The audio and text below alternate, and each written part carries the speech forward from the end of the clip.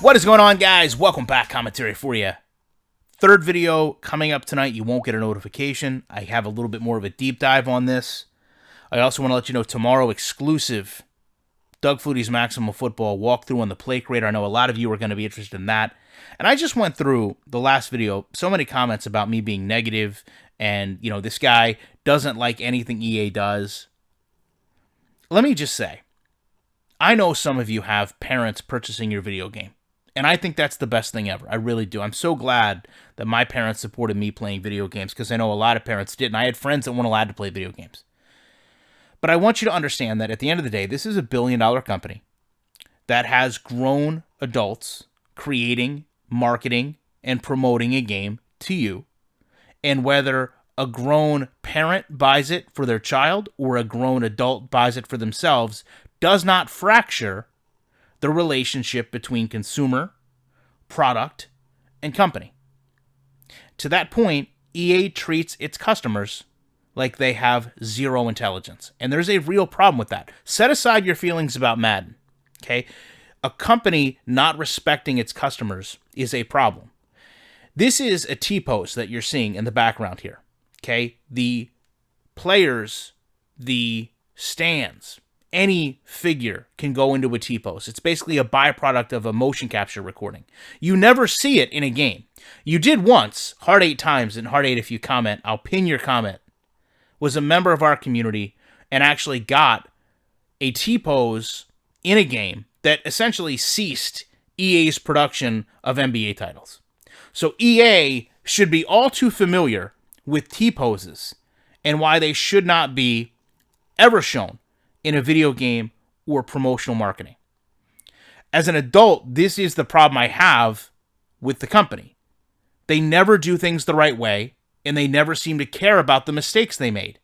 So today they tweet this to Pat Mahomes. And whether they mean to divert attention away from the T-pose, which to be fair, most casual fans won't even recognize. They'll just think that the fans aren't moving in the background, and that's common because it's a video game, so who cares? But any gamer knows what this T-pose represents and why we never see it. Because most companies that care about how their game is represented or marketed or sold or even how the quality of the game appears in the hands of their consumer would never allow the T-pose to be shown. Because they know, from a gaming company standpoint, this is an embarrassment. This is we don't care, and we're just going to show off that we don't care. We don't have to care. Okay, they don't have to care because they have the NFL agreement, and that can sell their game. And to that point, I want you to understand that today you have George Kittle getting this contract. You've got NFL Street trending. Now, why would NFL Street trend? Okay, NFL Street is trending because of the yard. You know what else is trending? Fix Madden franchise. And there are so many things just in this image that are not represented in Madden currently that you have to respect the disconnect between the customer expecting an NFL simulation product and the game delivering NFL Street. Now, this is NFL Street. I loved NFL Street. The reason I loved NFL Street is because I had expectations of NFL Street being an arcade game. Right? You don't go into this game with the anticipation it's going to offer you simulation football. You go into this game for 15, 20 minutes of arcade fun, and then you turn it off. You're not playing through a franchise for 15 seasons to get the best players on your team. Madden has a real disconnect with its customer.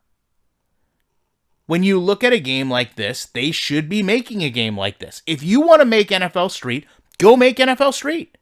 Put it on a separate disc. Sell us a separate game.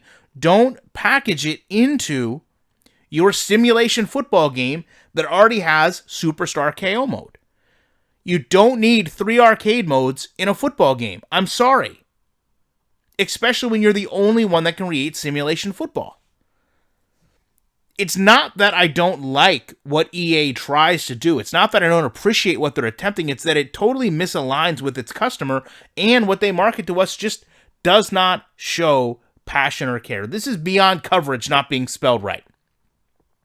When you look back at Arena Football, I loved this game. I was a season ticket holder to the Soul for years. And I remember really enjoying this game. Okay, I had a great connection to this game. I knew a lot of the Soul players, so I connected to it more. But this wasn't marketed or sold as Arena Football Simulation.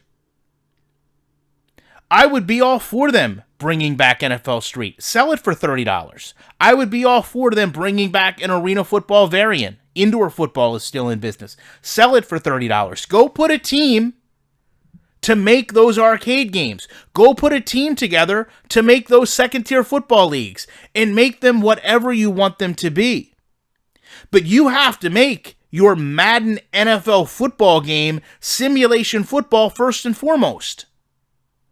And the fact that you failed at that and continue to put other things in the game to entice buyers, to me, is a problem. Because we said, fix NFL franchise, you heard, give us backyard football. That doesn't even make sense.